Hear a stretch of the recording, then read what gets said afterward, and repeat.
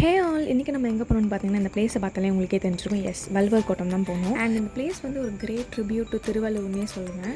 And இதெல்லாம் தாண்டி இந்த பிளேஸோட இன்ஃப்ராஸ்ட்ரக்சர் பற்றி சொல்லி ஆகணும். அவ்வளோ அழகாக கட்டியிருந்தாங்க. ஸ்டெப்ஸ் ஏறி மேலே போனால் அவ்வளோ ஸ்பேஷியஸான இடம். அங்கே அடிக்கிற காற்றுக்கும் இருக்கிற இடத்துக்கும் நல்லா விட்டத்தை பார்த்து தூங்கலான்னு தோணும். பட் நம்மளால் பண்ண முடியாது. வேணாலும் ஃபோட்டோஷூட் வேணால் எடுத்துக்கோங்க. அப்படியே அந்த தேருக்குள்ளே பார்த்தீங்கன்னா திருவள்ளுவர் ஸ்டாச்சு நல்லா லைட்னிங் செட்டப்லாம் போட்டு அழகாக வச்சுருப்பாங்க.